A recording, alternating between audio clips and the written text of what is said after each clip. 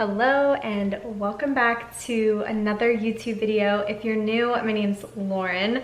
Today's video is actually a requested video and I got the idea from my original Breville Barista Touch video where I unboxed it about a year ago, and someone commented saying that I should do an updated year later, pros, cons, how I basically figured out how to use the machine best correctly to pull the perfect espresso shot, and I feel like I truly have mastered it. I talk about it all the time in my vlogs, how I love my at-home coffee. This machine truly makes such a difference, and I have saved so much money over the past year, not constantly going out to get Starbucks every day or going to different coffee shops.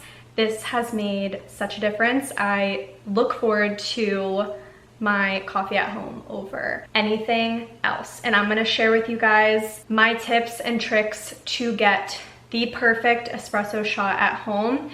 And it took me a long time. So I have my machine behind me. I actually have the box right here from when I first purchased it, just to make moving easier on me and so I can keep my machine safe. But this is the machine that I have. It's the Touch edition. There's also a cheaper option. It's like a couple $100 cheaper that doesn't have the touch screen. If you're looking into getting this style machine, that is definitely a cheaper option. I don't necessarily think that you need the touchscreen part of it, but it does have a lot of characteristics that that machine doesn't have as well. But you guys can do your own research on that if you are contemplating getting one or the other. This is the one that I have. I love it. Zero regrets, but it didn't start off that way. When I first purchased it, I was pulling the most disgusting espresso shots I've ever tasted in my life. I had instant regret when buying this. I don't think I talked about that at all. I truly regretted purchasing this and I said, why did I just spend this much money on something and it tastes so bad? But what I did is I watched so many YouTube videos, went through so many different bags of coffee beans, and I'm gonna share with you guys my top tips for this machine, how to use it, my settings on the machine, and what to look for when pulling the espresso shot. There are also other videos that I've seen where people have purchased other little things to try and help make the perfect espresso shot. I personally don't feel like all those things are necessary, but if you want to go out and purchase those things, you totally can. I just chose not to, and I feel like my espresso shot is just as good. So I'm gonna walk you through my cons of the machine first. First, it was just really hard to kind of master that perfect espresso shot. It took a lot of trial and error, figuring out what beans to use, the grind size, the water temperature. There's just so many different elements that go into this machine, and I'm gonna break each one down for you, but that's another con. And I guess the next con would just be you have to change the water filter every 3 months, and which the 3 months go by really quick. But other than that, there's regular cleaning that it asks for every few months, maybe like every 6 months. You have to clean it, so you do have to buy those little extra things for the machine. But I'll link where I get them. I buy the water filters from Williams-Sonoma because it's my biggest nightmare to order off of Amazon and have it not be the correct one, have it mess with my machine. So I just go straight to the source, which is Williams-Sonoma. So I buy my water filters there, my cleaning tablets, other little extra things that you need for the machine, but it all comes with a general ready to go kit when you purchase it. So the pros are perfect espresso shot that I'm pulling. I've gotten down the grind size, I've gotten down the water temperature. It pulls a beautiful espresso shot. And just I'm saving so much more money drinking my coffee at home, and I really enjoy my coffee beans. So I'm gonna share with you guys everything from start to finish and what to look for.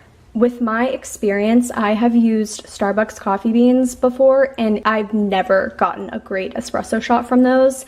I always find it's best to use coffee beans that are roasted pretty close to the date that you're using them. I wouldn't use beans that have been roasted 2 months past the roast date, you want the beans to be pretty fresh and you want to try and keep them fresh. So I'm using the La Colombe Winter Toast blend. It's a medium roast. It has notes of roasted almond, chocolate mousse, and rum cake. Really, really good. This is how I keep the beans fresh, just by a container. I got this from Target. I can link it down below, but it helps seal the beans in to keep them fresh for longer. Those are my tips. You have to use fresh beans that you can get local. You can do the La Colombe. I do the subscription service, so I get it every 2 weeks. But that's how long it usually takes me to go through one of these boxes, maybe like a little bit over 2 weeks. So I'm gonna walk you through my settings in the machine. So first I'm gonna go to the settings gear, and then I'm gonna go down to brew temperature. I have it set at ideal. I believe it comes at a different setting, but make sure the brew temperature is set to ideal. So I have the double shot of espresso in the portafilter. I find that this is the best way to use it. The single shot, just, it's not as easy to get a balanced pack of espresso grind, if that makes sense.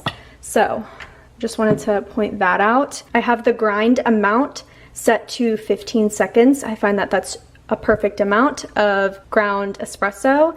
And then I have it set to size 11. And I find that that's a good general size for espresso beans. So I'm gonna go ahead and grind them.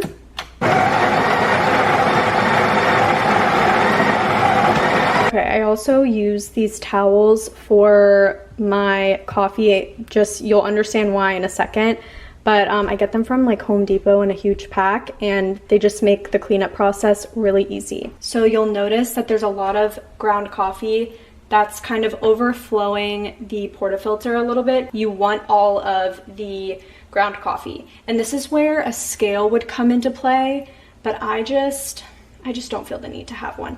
So I kind of cup my hand behind it to get all of that fallout. I put it on here and I sprinkle it on top. It's okay if not all of it gets in there. I try and scoop as much of the coffee beans into here as possible. You want all of this. I know a lot of people, I see them knock it off, and there's just not enough ground espresso in the portafilter to pull a good shot. So you have to have enough of the ground espresso in here as well. So that's another key thing. Okay, so you want all of that extra. I always try to make sure I get an even press for it, and you don't want to use too much pressure or too light pressure. That is just trial and error. So just make sure it's pretty even, not too firm a pressure, not too light, to where it's packed pretty perfectly like that. So you want to make sure when the espresso is coming out, it's coming out between 7 and 9 seconds after you press brew. And it does have a little countdown on the machine, so it will tell you when it's coming out and you'll see it. So you don't want it to come out too quickly, and you don't want it to come out too slow, because it's going to be sour or it's going to be bitter. And you want it to be a beautiful pour. So this is what the coffee coming out is supposed to look like. It's supposed to be a solid stream coming out of the machine, and you'll see here the beautiful foam on top of the espresso shot. So you don't want it to come out too quickly and too watery, and you don't want it to come out too slow.